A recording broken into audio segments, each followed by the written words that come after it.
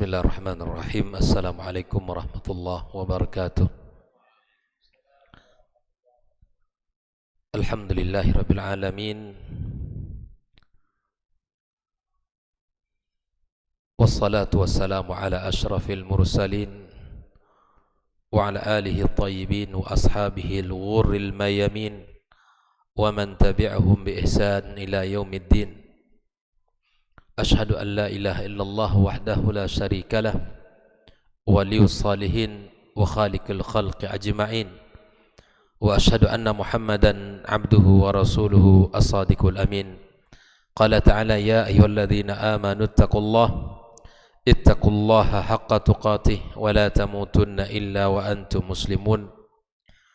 Allahumma ati nufusana taqwaha wa zakkiha anta khairu man zakkaha anta waliyuha wa maulaha innaka ala kulli syai'in qadir. Amma ba'du, ma'asyiral hadirin wal hadirat minal muslimin wal muslimat, bapak-bapak, ibu-ibu, saudara-saudari jemaah salat maghrib dan isya Masjid Riyadul Jannah rahimakumullah, dan saudara-saudari kaum muslim dan muslimat dimanapun berada.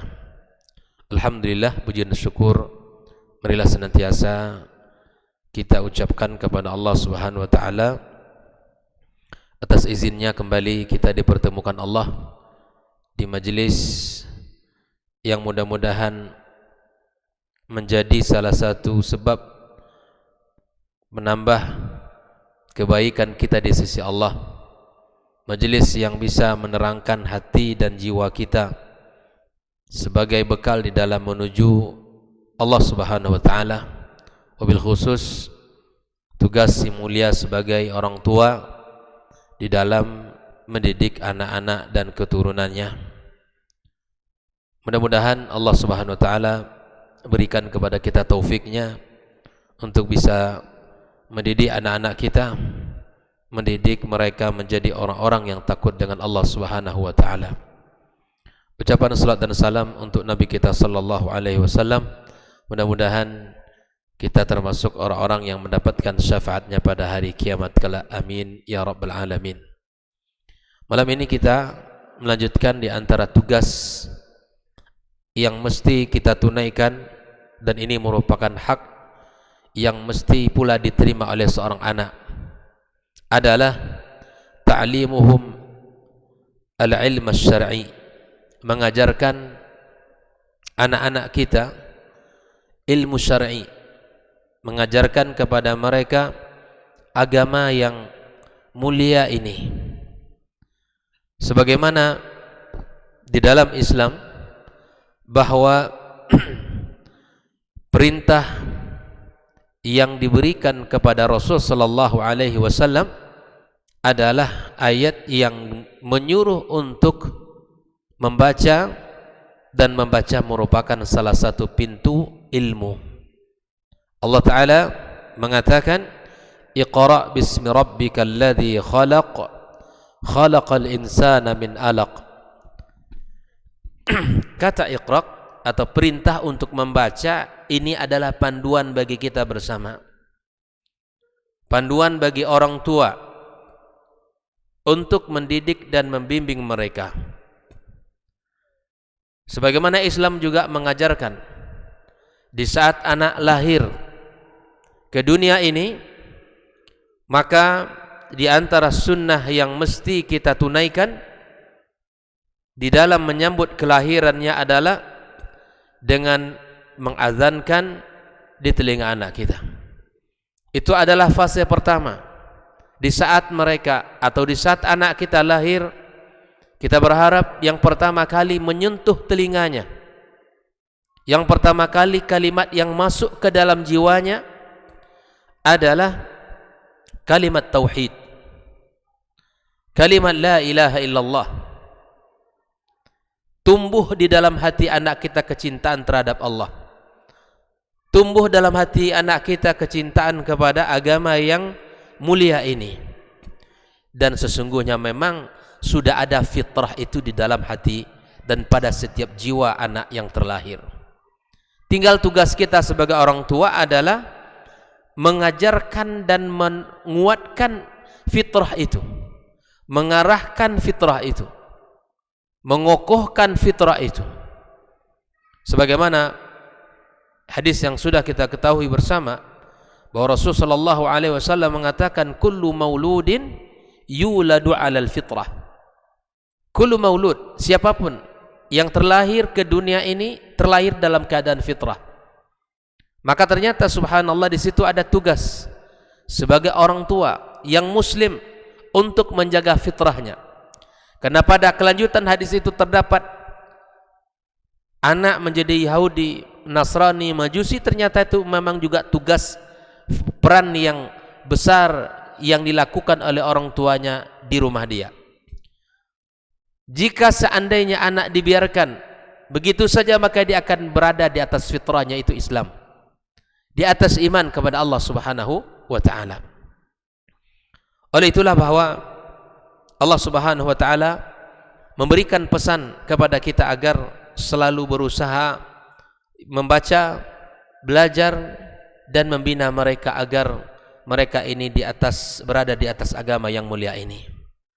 Allah Subhanahu wa ta'ala menyebutkan dalam sebuah ayat, qul hal yastawil ladzina ya'lamuna wal ladzina la ya'lamun innama yatadzakkaru ulul albab. Ayat ini adalah sebuah peringatan bagi kita, di mana Allah mengatakan tidaklah sama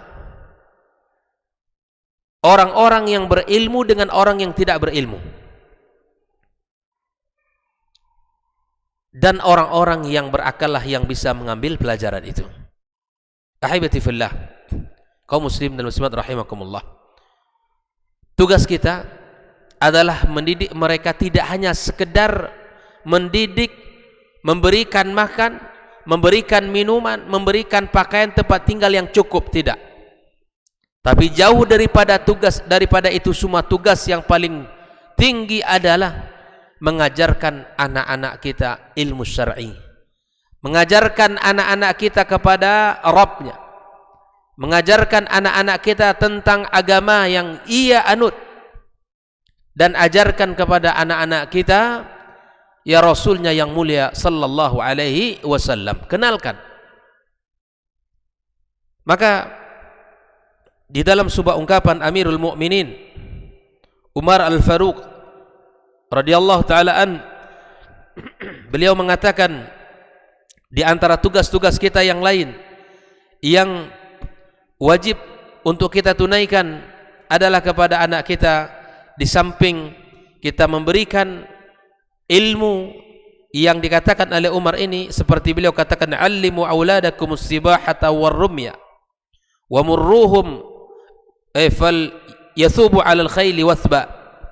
3 olahraga yang juga dianjurkan di dalam Islam untuk kita ajarkan kepada anak kita, yaitu berenang, kemudian ketangkasan di dalam memanah, kemudian ia menunggangi kuda. Itu juga salah satu bagian yang penting, di samping menguatkan akidah, menguatkan ilmu syar'i mereka. Olahraga-olahraga yang seperti itu juga menjadi salah satu kewajiban bagi orang tua untuk mengajarkannya. Ahibati fillah, kaum muslimin dan muslimat rahimakumullah, wa'zamul ulum, disebutkan bahwa ilmu yang paling agung untuk kita ajarkan huwal Qur'anul Karim. Ilmu yang paling agung untuk kita ajarkan kepada anak kita huwal Qur'anul Karim, adalah Al-Quran, kitab suci kita. Fayambaghi liwalidit tifl, maka wajib, seharusnya bagi orang tua anak, wa walidatihi ay yu'allimu auladahumul Qur'an minas sighar, agar kita memulai mengajari mereka sejak kecil. Maka tidak, alhamdulillah hari ini sudah banyak ya, alhamdulillah orang tua yang sadar sejak kecil sudah ditalkinkan ayat-ayat Al-Quran, mulai dari Al-Fatihah, mulai dari surat Al-Falaq, An-Nas, Al-Ikhlas dan seterusnya. Itu adalah tugas-tugas yang luar biasa. Wa 'alal ab ay yatajannab al-qaswa wad-darab fi awwal amri at-tifl illa ba'da al-'ashir. Di antara panduan Islam di awal-awal, bahwa ketika anak kita mulai ajarkan sejak kecil, maka kita hindari ya bersifat kasar kepada anak kita. Kita hindari memukul fisik anak kita. Illa ba'dal ashir, kecuali anak sudah mencapai usia 10 tahun. Memang memukul itu adalah sarana pendidikan, memberikan hukuman itu adalah sarana pendidikan. Tapi kemudian itu tentu dalam Islam tidak serta-merta ya itu diberikan sejak awal. Ada 3 hal yang mesti kita jaga ketika anak kita tidak mengetahui itu benar atau salah. Kalau dia melakukan kesalahan, maka tidak boleh kita hukum. Tidak boleh kita hukum. Yang kedua, anak kita sudah kita ajarkan, tapi dia belum cakap untuk melakukan perintah kita. Maka di sini kita lihat, kita ajarkan ulang sampai dia pintar dan mampu melakukan apa yang kita minta. Yang ketiga, anak sudah tahu tapi sengaja untuk melanggar, di sini baru berlaku hukuman untuk dia. Itu pun tidak di awal-awal. Andaikan anak kita misalnya ya malas untuk melakukan salat masih di usia awal 5, 6, itu tidak masalah. Tapi kemudian kita ingatkan dengan baik. Kita ingatkan dengan baik. Kemudian dalam sebuah hadis disebutkan bahwa Rasulullah sallallahu alaihi wasallam kana yusalli wa huwa hamilu Umamah binta Zainab ala unuqih fa idza raqa'a aw sajada wada'aha wa idza jalasa raddaha fi makaniha wa hakadha hatta intaha min salatih. Ada contoh dari Nabi SAW tentang pendidikan. Di antaranya adalah kasih sayang Rasulullah kepada anak-anak. Bentuk perhatian yang sangat luar biasa. Sampai Nabi sallallahu alaihi wasallam menggendong cucu beliau di saat ibadah salat. Dan itu salat fardu. Itu salat fardu. Siapa cucunya? Umamah, anak daripada Zainab, putri beliau. Digendongnya ketika dia ruku atau sujud, diletakkan Umamah di lantai. Dan ketika kembali berdiri, maka Umamah digendong. Itu bentuk kasih sayang seorang Nabi yang mulia kepada anak kecil. Maka itu mari kita tiru baginda kita sallallahu alaihi wasallam di dalam memperlakukan anak kecil. Terkadang ada orang tua yang tidak bisa bersabar memperlakukan anak-anak ini. Orang tua tidak bersabar untuk ya melihat kekurangan, mungkin anak bermain, atau mungkin anak ribut dan seterusnya, atau mungkin anak ketika ingin salat dia tidak mau diganggu. Betul, kita pengen khusyuk dalam ibadah salat kita, itu betul. Tapi kemudian ada contoh yang indah dari Rasulullah. Bahkan di saat salat pun Nabi sallallahu alaihi wasallam menggendong cucunya Umamah. Dan inilah salah satu bentuk kasih sayang yang ditunjukkan Rasul sallallahu alaihi wasallam. Ikhwani wa akhwati fi din, hafizakumullah wa ra'akum. Ibnu Abbas radhiyallahu taala an mengatakan, man wulida lahu waladun, di antara tugas-tugas pendidikan yang diembankan kepada orang tua adalah man wulida lahu waladun falyuhsin ismuhu wa adabah. Di antara atau siapapun orang yang mendapatkan anak, maka hendaklah dia memberikan nama yang bagus dan memberikan pendidikan yang bagus. Fa idza balagha falyuzawwijhu. Kalau anak sudah sampai pada usia balik, maka nikahkan dia. Fa in balagha wa lam yuzawwijhu, jika anak sudah mencapai usia balik tapi tidak dinikahkan, fa asaba ithman fa innama ithmuhu ala abi. Ini perhatikan, ini perkataan Ibnu Abbas radhiyallahu taala dalam kitab Syu'abul Iman Ibn Abi Dunya dalam pembahasan Al-Iyal. Beliau mengatakan, barang siapa anak yang sudah mencapai usia balik, maka nikahkan. Kalau tidak ia nikahkan anak yang sudah sampai pada usia balik, dengan alasan tertentu, misalnya tidak cocok, atau apalagi misalnya, ya, masih muda dan seterusnya. Kalau anak kita sudah punya keinginan dan kemudian ada calon yang semuanya baik, kalau seandainya anak itu tidak dinikahkan dan melakukan dosa, apa kata Ibnu Abbas, fa innama ismuhu ala abih, maka dosanya ditanggung oleh orang tuanya. Nah ini. Maka itu ikhwan wa akhwat fiddin, kini adalah salah satu bentuk tugas mulia kita di dalam mendidik anak-anak kita. Wa kana alaihi salatu wassalam yahtamu bil atfal wa ya'tani bihim.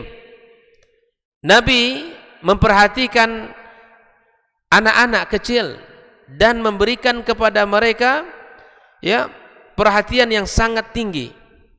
Wa yu'allimuhul adab, mengajarkan anak-anak itu adab, hatta tariqatal akli wasyurbi wa ghairi dzalik.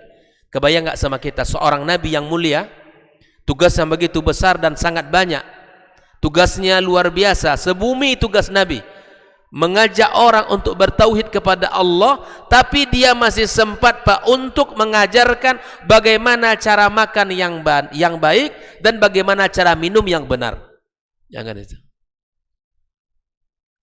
Nabi tidak hanya berdakwah untuk orang-orang dewasa, tidak, tapi Nabi SAW juga mengajarkan anak-anak kecil bagaimana makan dan bagaimana minum yang benar. Bayangkan. Dia pernah berkata kepada Umar bin Abi Salamah ketika melihat makan dan tangannya itu tidak teratur. Makan sana, kan ada makan kan begitu ya. Ketika ada makan, maka kemudian kita harus makan yang dekat dengan kita. Maka dia mengatakan, ya gulam samillah, wahai anak kecil, makanlah dengan menyebut nama Allah, wakul biyaminik, dan makan dengan tangan kananmu, wakul mimma yalik, dan makan yang dekat dengan kamu. Ada 3 pelajaran yang disampaikan Nabi kepada Umar bin Abi Salamah. Menyebut nama Allah, makan dengan tangan kanan, makan makanan yang paling dekat. Coba kita evaluasi bersama-sama bagaimana keberadaan kita bersama anak kita. Apakah kita sudah mengajarkan mereka adab-adab seperti ini? Jangan kita pikir bahwa ini tugas guru di sekolahnya. Jangan, ini tugas orang tuanya. Ini adalah tanggung jawab orang tuanya, ayah dan bundanya, untuk mengajarkan adab-adab tersebut. Ikhwani kaum muslimin rahimakumullah. Nah, di antara tugas-tugas mulia, tanggung jawab yang besar yang ada pada orang tua, selain apa yang sudah kita sampaikan tadi, baik itu sebagai ayah kandung ataupun sebagai guru yang di lembaga pendidikan, sebagai ganti orang tua mereka di dalam pengajaran, maka ada 7 poin penting yang mesti diperhatikan. Yang pertama, mas'uliyatut tarbiyatil imaniyah, tanggung jawab pendidikan iman. Tanggung jawab pendidikan iman. Bagaimana caranya mengajarkan keimanan kepada anak-anak kita? Talqinuhu idza nataqa bil kalimati thayyibati, mentalkinkan kepada anak kita kalimat-kalimat yang thayyib. Inilah cara untuk menanamkan pendidikan iman pada anak kita, adalah mentalkinkan, mengajarkan, membacakan kalimat-kalimat thayyibah itu. Wa 'azamuha, seagung-agung kalimat yang mesti kita ajarkan sejak awal, kalimat la ilaha illallah. Itu yang mesti kita ajarkan. Jadi tidak mama papa dulu, tidak ayah bunda dulu, tidak kakek nenek, enggak. Kalimat la ilaha illallah. Dan ini perhatian para salaf. Mereka kalau sudah mulai berbicara, yang diajarkan pertama kali kalimat la ilaha illallah, tidak kalimat yang lain. Wa ta'rifuhu awwala ma ya'qil, ketika mulai dia tahu, mulai berfungsi akalnya, yang pertama yang mesti diajarkan adalah halal dan haram. Tentang halal, perkara-perkara yang dihalalkan dalam agama, dan perkara-perkara yang diharamkan dalam agama kita. Kemudian wa yu'maru bis salati fi sinis sabi'ati, perintahkan anak kalian salat di usia 7 tahun. Itu perkara-perkara yang bisa kita lakukan di dalam tarbiyatul imaniyah, pendidikan iman. Yang pertama apa tadi?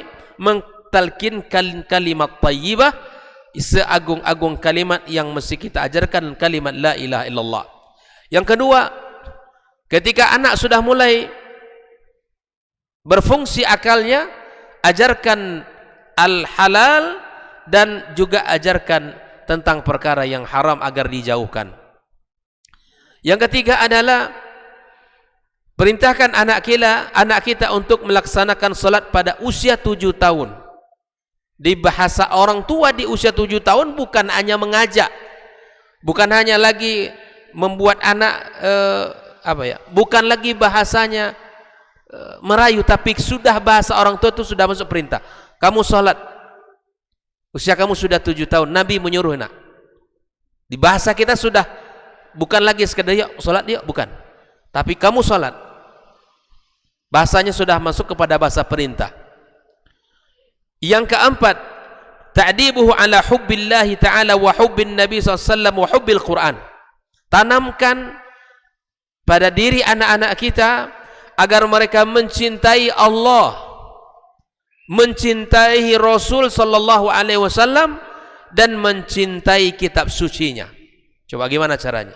Di awal-awal itu sudah mulai kita kenalkan mereka kepada Allah dengan berdialog.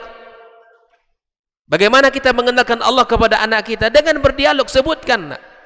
Lihat, ajak mereka melihat alam semesta ini. Di malam hari lihat betapa bintang-bintang di langit sangat banyak. Sebutkan itu semua adalah Allah yang menciptakan. Ketika misalnya melihat ke langit yang begitu luas, tegak tanpa tiang, kita sampaikan, nah itu Allah yang menciptakan.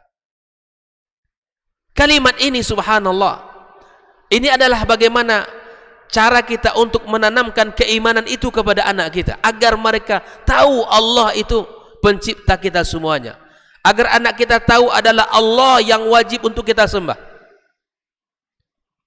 Bapak-bapak sekalian pulang dari misalnya dari tempat kerja, bawa buah-buahan, bawa makanan, bawa dihadirkan di tempat ya bersama keluarga kita. Kita sampaikan, nak sini, Allah berikan rezeki kepada kita.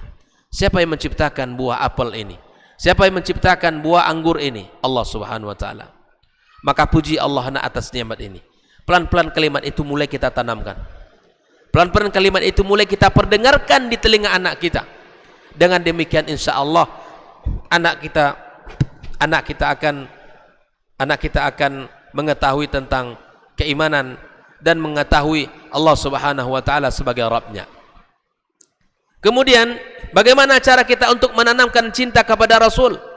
Dengan menceritakan kisah-kisah Nabi, menceritakan akhlak Nabi, menceritakan perjuangan Nabi, kesabaran Nabi. Itu kita sampaikan kepada anak-anak kita. Diceritakan kepada mereka bagaimana Rasulullah sallallahu alaihi wasallam, bagaimana perjuangannya, akhlaknya, bagaimana kecintaannya kepada Allah, bagaimana ibadahnya, bagaimana dia membantu orang-orang yang susah, perhatian kepada orang-orang yang membutuhkan, kita sampaikan kepada mereka. Contoh, ketika anak kita misalnya ketahuan melakukan kalimat yang barangkali itu adalah indikasi berbohong, katakan, nah Rasulullah tidak pernah berbohong. Rasulullah tidak pernah berbohong. Kalau sudah kita tanamkan pada diri anak kita kecintaan kepada Rasulullah, dan kita katakan Rasul tidak pernah berbohong, insya Allah itu cara yang ampuh untuk memutuskan kebiasaan berbohong anak kita.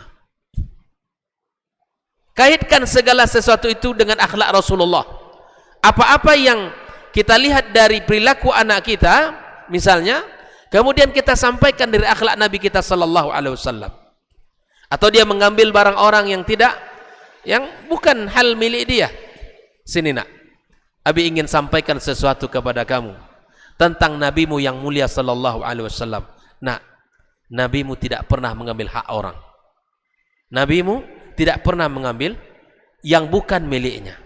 Maka kalau kamu cinta kepada nabimu, jangan lakukan itu. Coba lakukan ini kaum muslimin. Insya Allah anak kita akan merasakan betapa cepatnya untuk meninggalkan perbuatan itu. Apabila sudah ditanamkan di hati anak kita kecintaan kepada Rasulullah sallallahu alaihi wasallam. Wa hubbul Quran, tanamkan juga cinta kepada Al-Quranul Karim. Ya, sampaikan ini adalah kitab petunjuk. Ini adalah mukjizat Rasul sallallahu alaihi wasallam. Sampaikan, yang membacanya, yang mahir, insya Allah dia akan mendapatkan syafaat. Ya, yang selalu rajin membacanya, maka Al-Quran akan datang nanti pada hari kiamat kelak memberi syafaat kepada yang membaca. Sampaikan itu. Tanamkan kepada anak-anak kita, ya, cinta kepada Al-Quranul Karim. Begitu juga wa yurshiduhu ilal imani bi arkanil Islam al-khamsah. Tanamkan, bina agar anak kita faham tentang rukun Islam yang 5. Wa arkanil imani sita, dan rukun iman yang 6. Wa rukunul ihsan, begitu juga dengan ihsan. Sebutkan kepada anak-anak kita makna ihsan. An ta'budullaha ka'annaka tarah fa in lam takun tarah fa innahu yarak. Sebutkan itu. Subhanallah. Kalau anak-anak kita, kaum muslimin dan muslimat, mendapatkan pendidikan seperti ini dari orang tuanya di rumah, yakinlah dia akan melampaui kita nanti pada usia yang kita tidak bayangkan. Kalimat-kalimatnya akan sangat dahsyat. Ucapan-ucapannya akan sangat luar biasa. Kalau anak sejak awal ditanamkan keimanan, ditanamkan pada dirinya Islam, pemahaman cinta kepada Allah, kepada Rasul, kepada Al-Quran, itu insya Allah anak-anak kita akan kita dengarkan kalimat-kalimatnya yang sangat luar biasa. Kaum muslimin dan muslimat rahimakumullah. Kemudian pendidikan yang kedua, tanggung jawab yang kedua, di samping ya kita memberikan pendidikan imaniyah yang merupakan hak seorang anak, yang kedua adalah mas'uliyatut tarbiyatil khuluqiyah, tanggung jawab pendidikan akhlak anak kita. Wa hazihil mas'uliyah hiya thamaratu min thamaratil iman.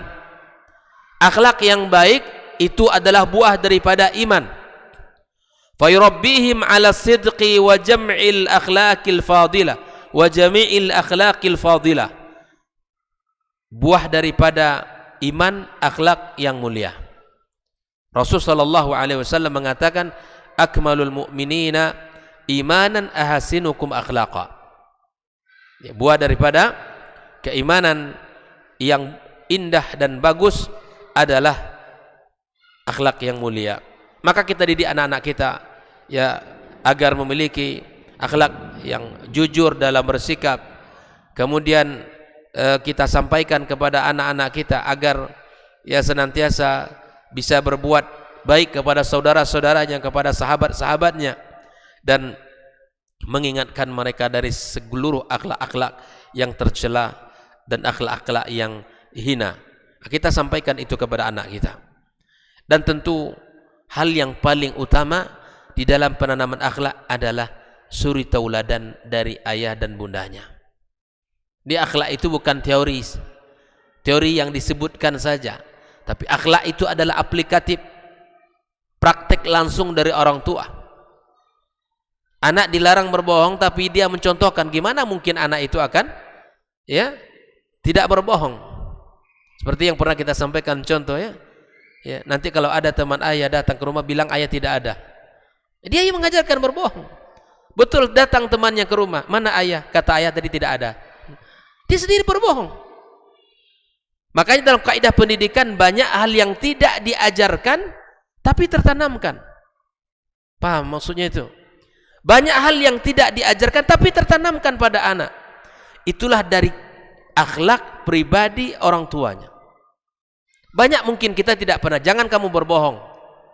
Tapi berbohong dia, barangkali pernah dia mendengarkan kita atau melihat kita, berbohong atau melakukan sesuatu. Tidak ada pendidikan yang paling utama untuk menanamkan akhlak dengan contoh dan suri tauladan yang mulia. Ikhwani kaum muslimin rahimakumullah.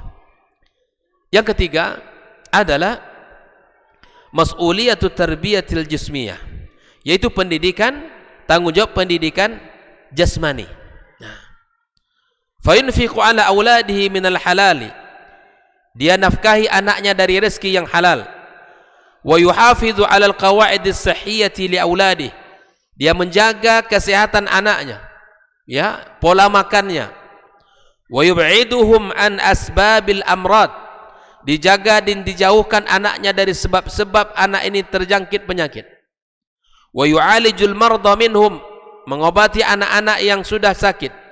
Wa yutabbiq qaidatan la darara wa la dirar. Nah, ini kaidah-kaidah ini penting, bahwa tidak ada yang bisa mendatangkan mudarat dan tidak ada pula ada yang bisa mengangkatnya. Ini la darara wa la dirar, ini penting.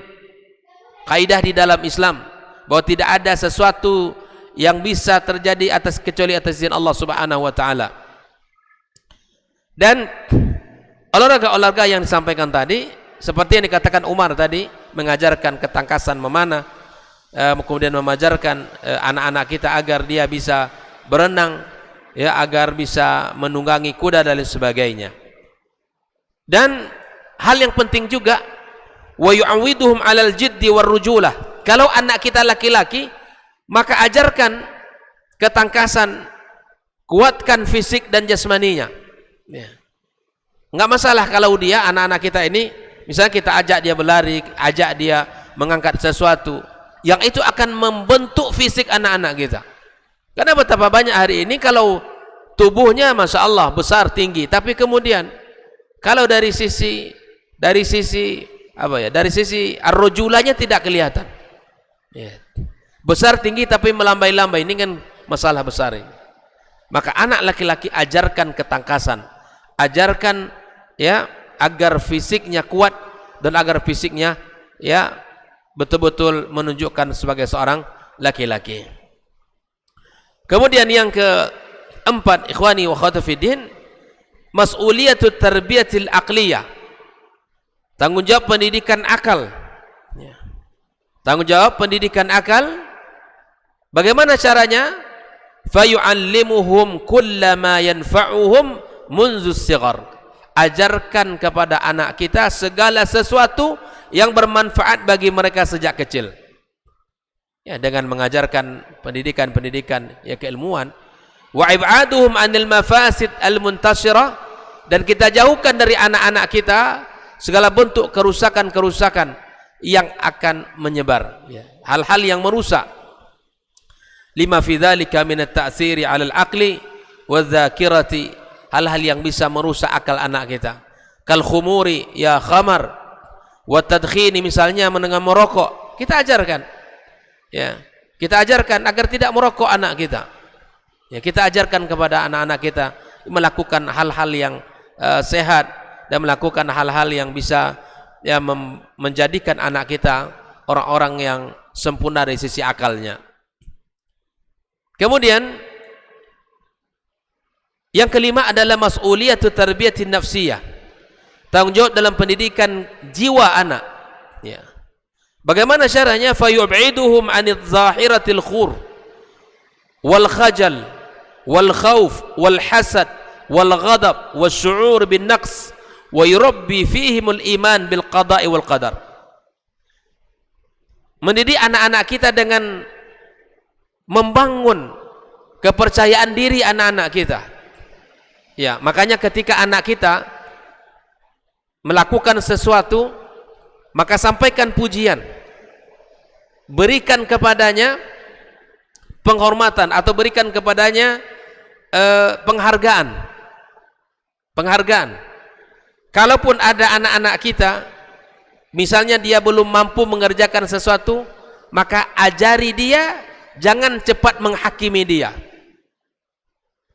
Terkadang anak-anak ini tumbuh di rumahnya yang tidak pernah mendapatkan penghargaan sedikit pun dari orang tua, sehingga anak tumbuh dengan jiwa yang tidak sehat.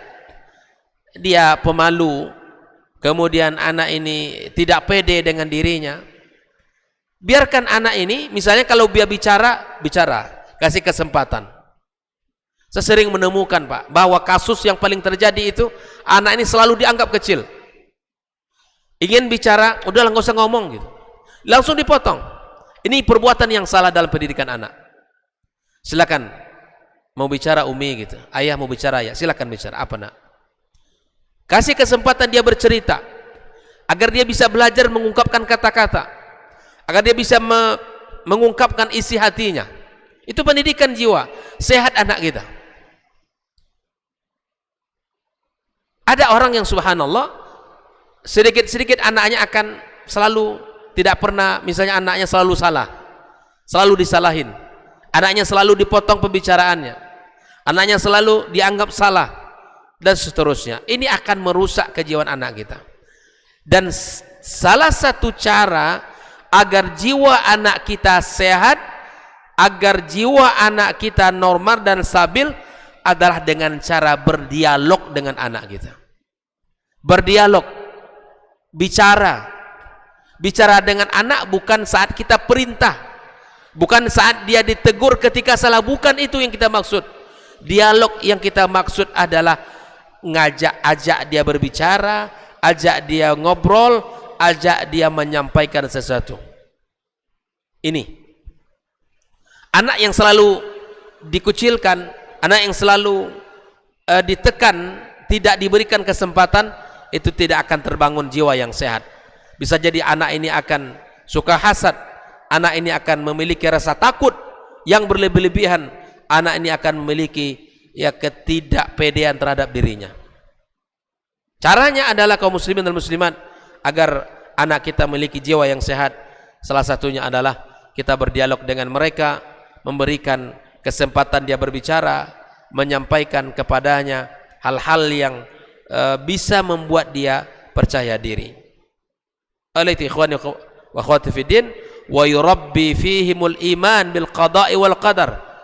Kalau ada anak yang barangkali memiliki kekurangan-kekurangan, maka sampaikan kepada anak kita tentang pendidikan al-qada' dan qadar. Ya, ini ketetapan Allah, ini adalah takdir Allah subhanahu wa ta'ala. Mungkin ada anak-anak yang memiliki kekurangan-kekurangan secara fisik ataupun sejak lahir, maka sampaikan, tumbuhkan kepada anak kita bahwa ini adalah takdir Allah subhanahu wa ta'ala. Yang keenam, ikhwani wa akhwati fiddin, adalah mas'uliyatul ijtimaiyah, membangun tanggung jawab di dalam kehidupan sosial bermasyarakat. Tidak hanya jiwa anak yang diperhatikan, tidak hanya akal anak yang kita tumbuhkan, tidak hanya fisik anak, tidak hanya akhlak, tidak hanya iman, tetapi anak kita bisa bersosial bermasyarakat, bisa dia bergaul. Caranya bagaimana? Fayurabbihim 'alal qiyam bihuquqil akharin. Bantu orang lain. Kita ajak anak kita. Kalau ada peristiwa-peristiwa yang bisa, ada orang-orang yang lagi dapat musibah, ajak anak kita.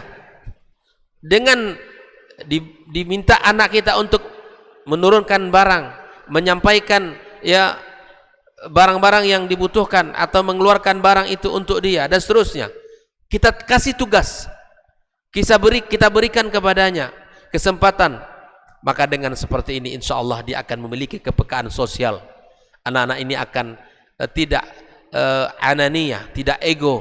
Anak-anak ini tidak akan memiliki sifat ya hidup sendiri, tapi rasakan bahwa anak-anak kita ini kita bantu, mengajak mereka, kita didik mereka, kita suruh mereka. Misalnya ada orang yang datang sekalipun ke rumah kita minta bantuan, kita mungkin bisa mengasihkannya, tapi kita minta anak kita, nak kasihkan ke dia. Ini adalah pendidikan. Anak kita akan terbiasa melakukan hal-hal yang seperti itu. Ikhwani, kemudian mendidik anak-anak kita ala rahmah, berkasih sayang, wal afu, mendidik mereka bisa memaafkan, wat taqwa wal ithar, mendahulukan saudara-saudaranya, mendahulukan orang lain, wal jur'ah, didik atas keberanian dan lain sebagainya. Ini adalah tanggung jawab yang keenam.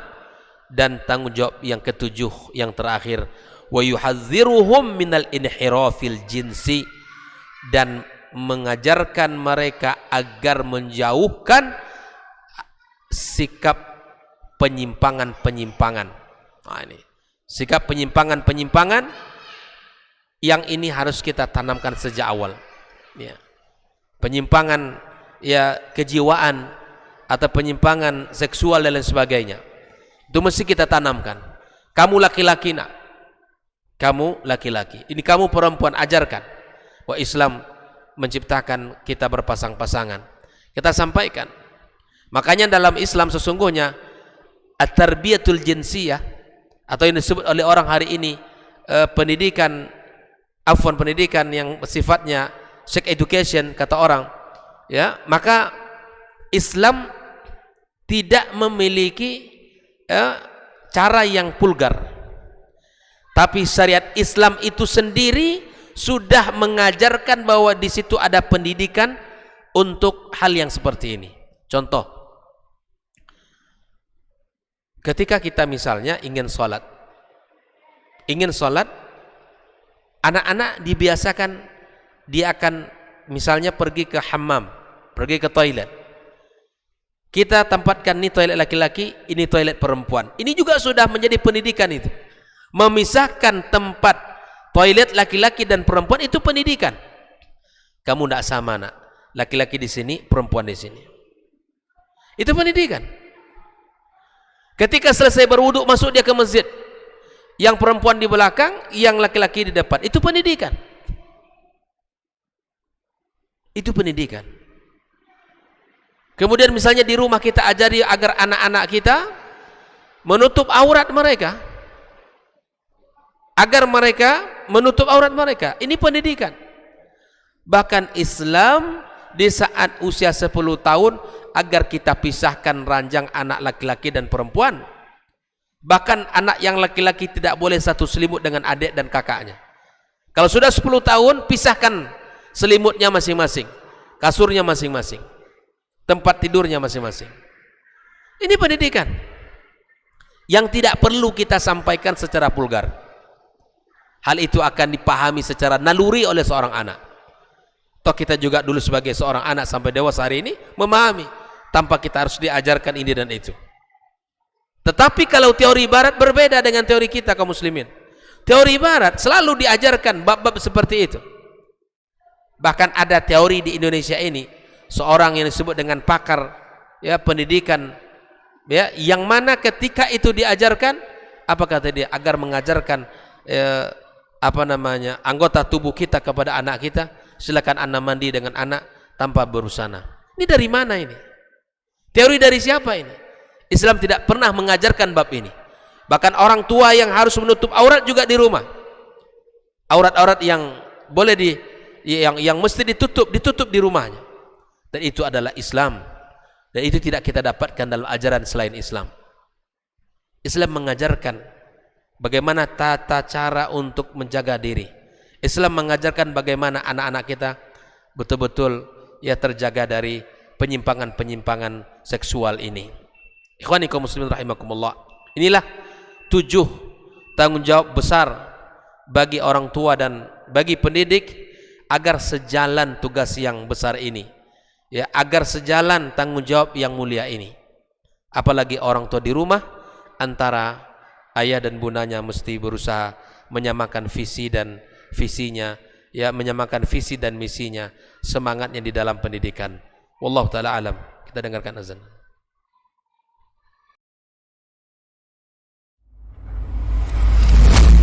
Di kalau Umar ini subhanallah, yang diinginkannya itu generasi-generasi luar biasa, orang-orang hebat. Lalu kemudian apa yang dilakukan oleh Umar? Fa asta'miluhum fi ta'atillah. Aku gunakan mereka ini di dalam ketaatan kepada Allah. Ketika kaum muslimin itu memiliki penyakit namanya wahan, yaitu hubbud dunya wa karahiyatul maut, cinta dunia dan takut akan kematian. Lalu Nabi menjawab dengan yang lebih penting. Apa itu? Madza a'adatta laha? Apa yang engkau siapkan untuk kiamat itu? Bin Sulaiman tadi, inti yang bisa kita ambil apa? solehkan diri kita. Solehkan diri kita sebelum mencari rezeki. Karena kalau kita tidak soleh, kalau kita tidak bertakwa kepada Allah Subhanahu wa ta'ala dalam mencari rezeki itu akan terasa sulit.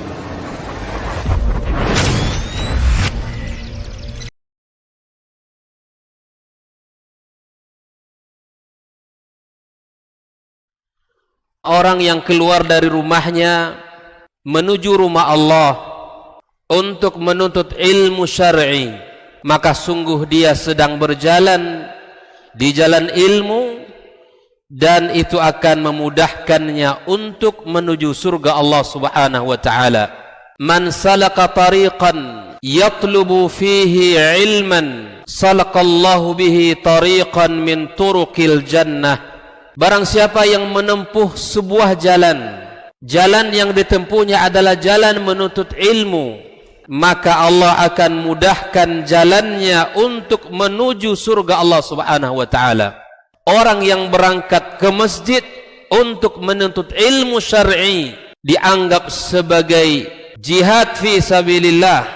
Nabi alaihi salatu wassalam bersabda, "Man dakhala masjidana hadza," barang siapa yang memasuki masjid kami ini, yakni Masjid Nabawi, liyata'allama khairan, untuk belajar atau mempelajari kebaikan, au yu'allimuhu, atau dia mengajarkan kebaikan, kal mujahidi fi sabilillah, adalah seperti orang yang berjihad di jalan Allah. Mudah-mudahan kehadiran kita di rumah Allah yang mulia ini, tujuan kita hanya satu, untuk mencari ridha Allah tabaraka wa ta'ala. Mudah-mudahan ilmu yang kita pelajari, ilmu yang memberikan keberkahan, yang menerangkan jalan kita dan senantiasa menjaga kita di jalan Allah Subhanahu wa ta'ala.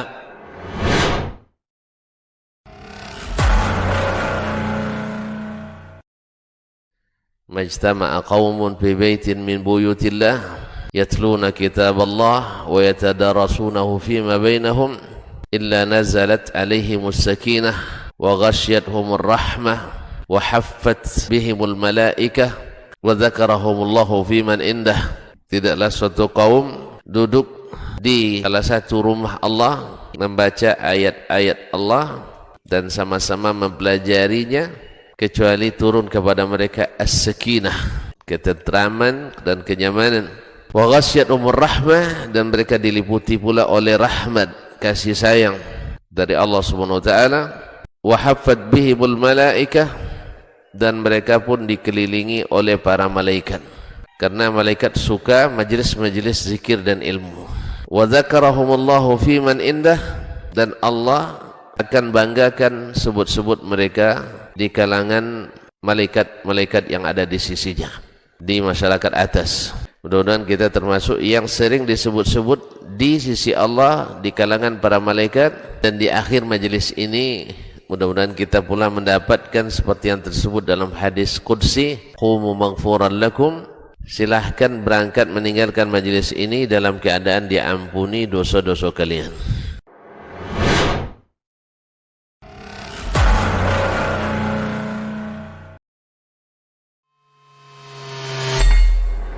Di para sahabat itu, kaum muslimin, yang terbayang bagi mereka itu adalah infak, yang terbayang bagi mereka adalah sebuah kebahagiaan, keselamatan di akhirat yang kekal dan abadi di sisi Allah tabaraka wa ta'ala. Semua kita boleh klaim sekali.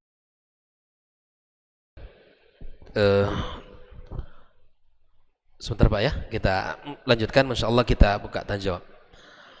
Kemudian setelah 7 poin besar ini sebagai tanggung jawab besar dalam pendidikan, maka pembahasan berikutnya adalah tentang wasailut tarbiyatil mu'aththirah allati yanbaghi lil abbi wal murabbi istikhdamuha. Sarana pendidikan yang paling ampuh yang mesti diperhatikan oleh orang tua dan pendidik di dalam mendidik anak-anak kita. Yang pertama, at-tarbiyatu bil qudwah. Pendidikan dengan suri tauladan.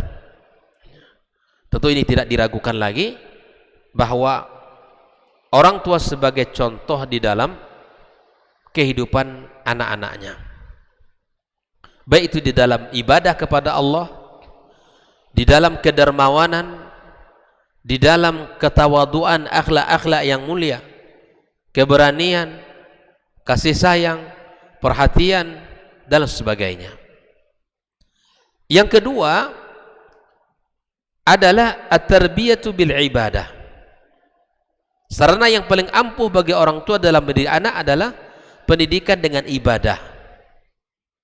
Ya, mengajak anak kita ibadah dan mengajarkan kepada mereka ibadah-ibadah kita lakukan, kemudian anak kita ajak bersama.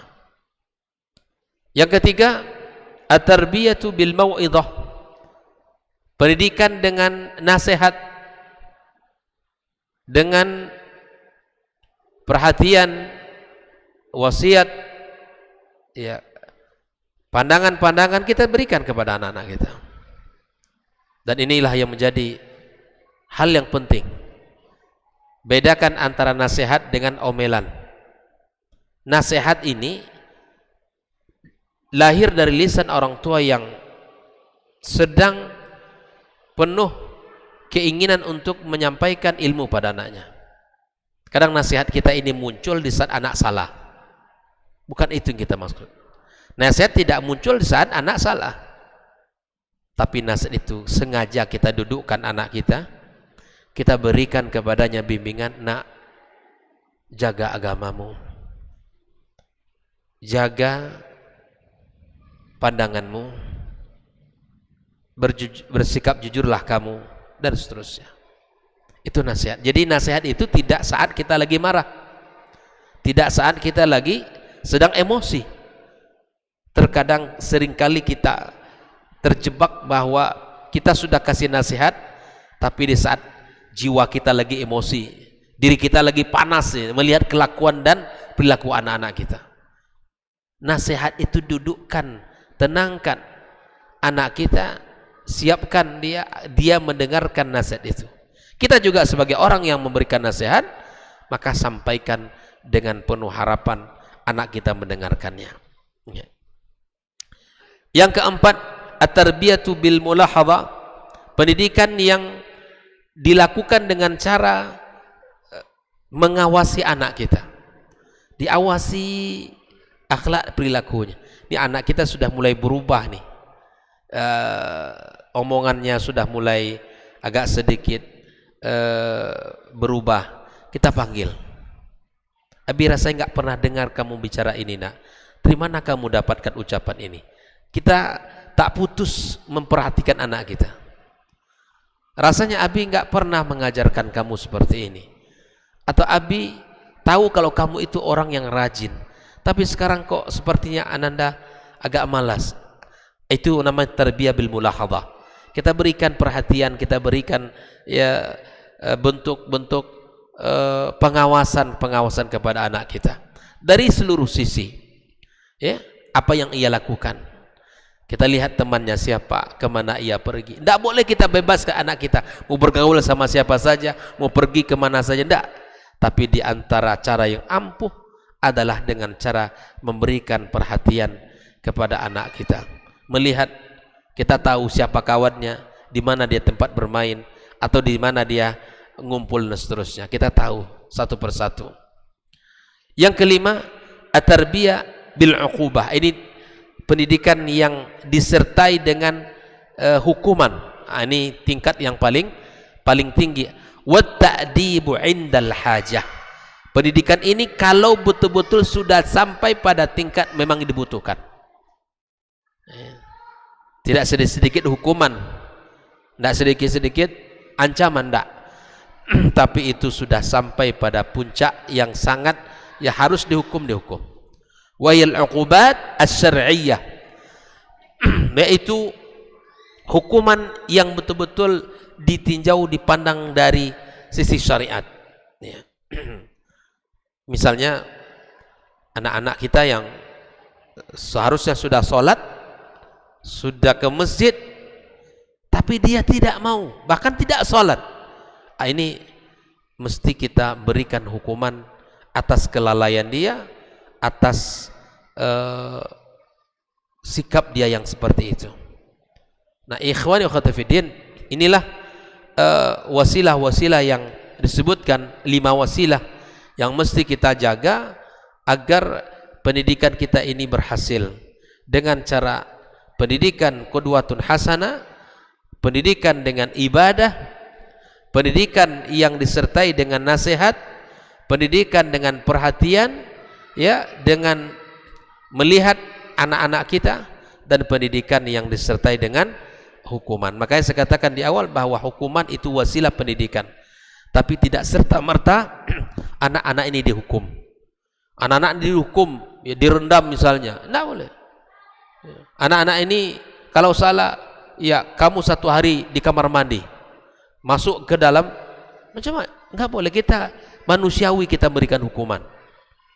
Nah, sebagai orang tua, hukuman itu bukan untuk membalas dendam dari kekecewaan kita, tapi hukuman itu hendaklah menjadi cara untuk merubah anak-anak kita, ya, dari yang salah menjadi yang benar, dari yang awalnya dia tidak tahu menjadi itu. Inilah tujuannya. Tujuan dari ta'dib agar anak-anak kita bisa memahami dan bisa kembali mengetahui apa yang seharusnya kita lakukan. Sebagaimana para ulama mengatakan bahwa beda antara manusia lahir dalam keadaan tidak memiliki pengetahuan.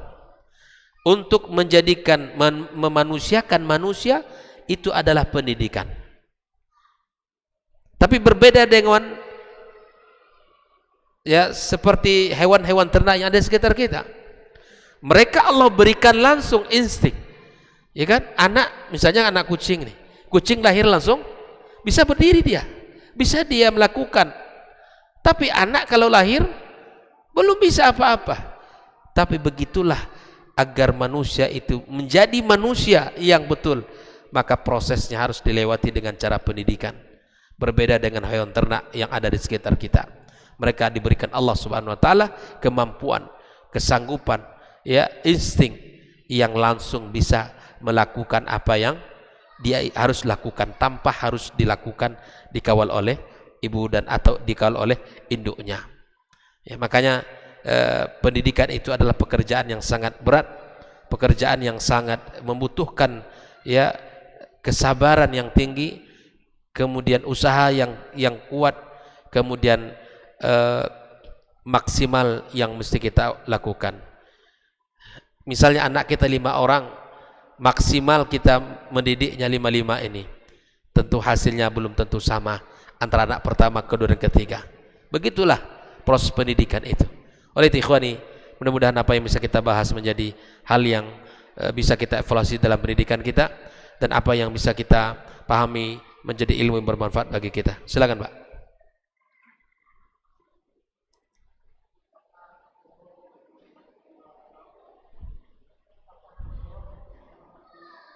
Menyawa orang.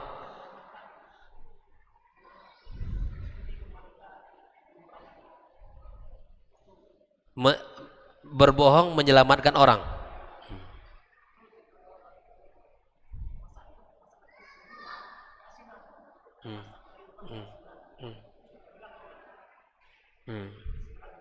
Nah, di dalam Islam,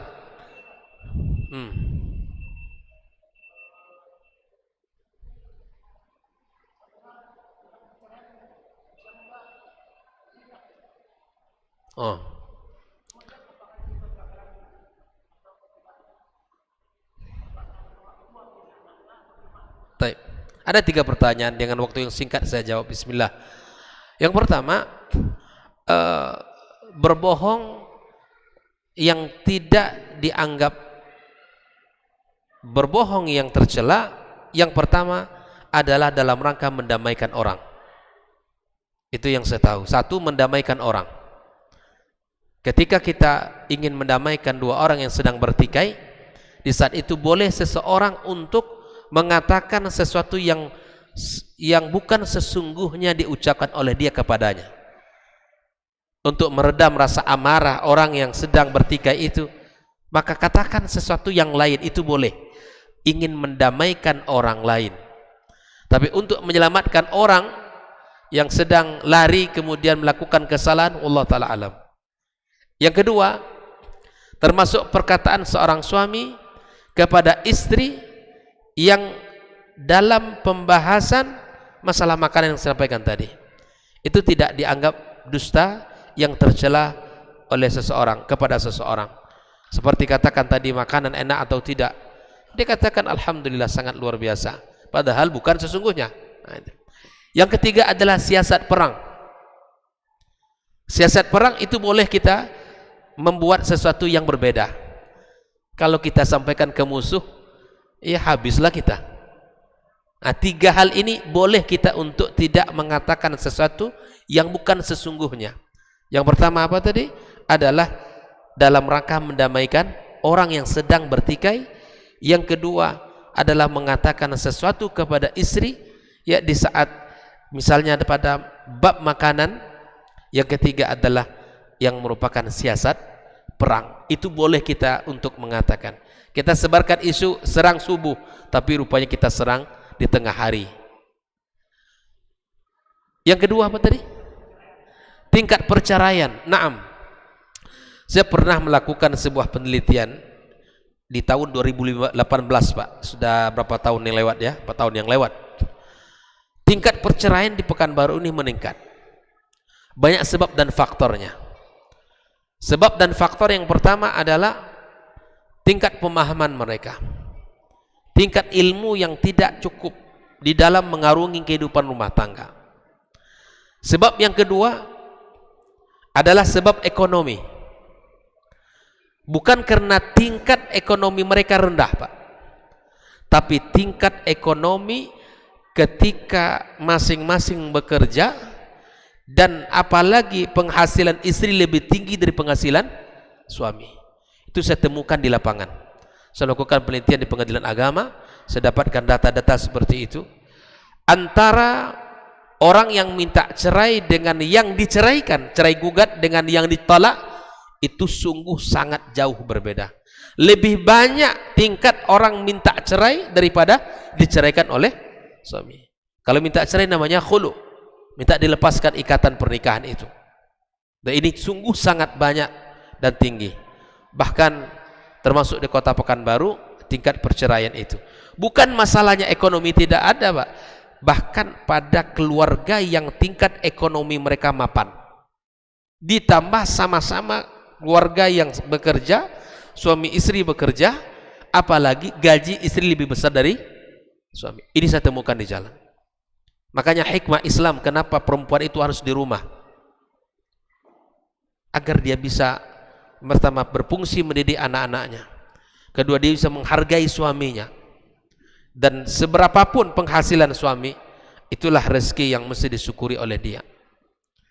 Makanya ketika seorang wanita sudah bisa mengatakan aku bisa hidup tanpa dirimu, ini berbahaya, Pak. Kenapa? Karena di sini puncaknya nanti. Ketika Islam membuka lebar-lebar, ketika Islam menutup pintu agar wanita di rumah, kemudian kita buka lebar-lebar. Disitulah kerusakan, kehancuran rumah tangga itu. Ikhtilat yang tidak bisa dihindari, percampur baur laki-laki dan perempuan. Belum lagi sama-sama sore pulang, capek badan dan seterusnya, suami minta teh hangat atau kopi dan seterusnya, tapi di situ tidak mampu dia melakukan. Di situ mulai. Apalagi istri pergi dinas luar kota dengan orang lain yang tidak ada mahram di situ. Apalagi makan siang dengan bosnya, dengan kepalanya, yang mungkin tidak pernah seramah itu dia di rumah, tapi ketika bersama atasan dia sangat ramah. Tidak pernah ngambilkan nasi di rumah untuk suami, tapi bisa jadi di saat dia dengan atasan, dia akan santun, lembut dan seterusnya. Banyak mahzurnya. Makanya di antara makna ar-rijalu qawwamuna 'alan nisa, kata Allah, ar-rijal qawwamuna 'alan nisa, laki-laki itu pemimpin bagi seorang perempuan. Di antara maknanya adalah mampunya seorang laki-laki menghadirkan istrinya ke rumah. Bagi misalnya pasangan kita yang memang memiliki amanah, maka ingatkan adab ikhtilat, jangan sampai bercampur baur di tempat bekerjanya. Ada buku, Pak, bagus sekali, ditulis oleh seorang pakar pendidikan dari Ummul Qura, Dawabit Tasghilin Nisa, aturan-aturan ketika wanita harus bekerja, apa yang harus dilakukan. Tidak boleh tabarruj, Tidak boleh dia menempatkan pakaian yang menunjukkan kalau dia itu sebagai wanita yang tabarrus dengan penampilan yang menarik atau penampilan yang mengundang syahwat. Tidak boleh. Kemudian dia bisa menjaga dirinya agar tidak ikhtilat dengan orang lain, tidak bercampur baur. Kemudian dia tetap menjaga dirinya, mampu berusaha untuk bisa menjaga dirinya agar tidak menjadi fitnah bagi keluarganya. Banyak aturan-aturan itu. Mudah-mudahan suatu saat bisa kita bahas bersama di sini. Ala kulli hal, agar tingkat perceraian ini bisa ditekan, maka intinya adalah ilmu. Memang tidak ada rumah yang tidak ada masalah, pasti Pak. Tidak ada rumah yang tidak ada masalah. Rumah tangga siapapun pasti ada masalah. Tapi bagaimana kita bersama-sama masalah itu bisa kita selesaikan dengan baik dan bisa kita cari solusinya sebagaimana Rasulullah SAW juga memberikan panduan kepada kita. Terima kasih atas perhatian kita semua. Wassallallahu ala nabiyyina Muhammadin wasallam. Wa subhanakallahumma wa bihamdik asyhadu an la ilaha illa anta astaghfiruka wa atubu ilaik. Wassalamu alaikum warahmatullahi wabarakatuh.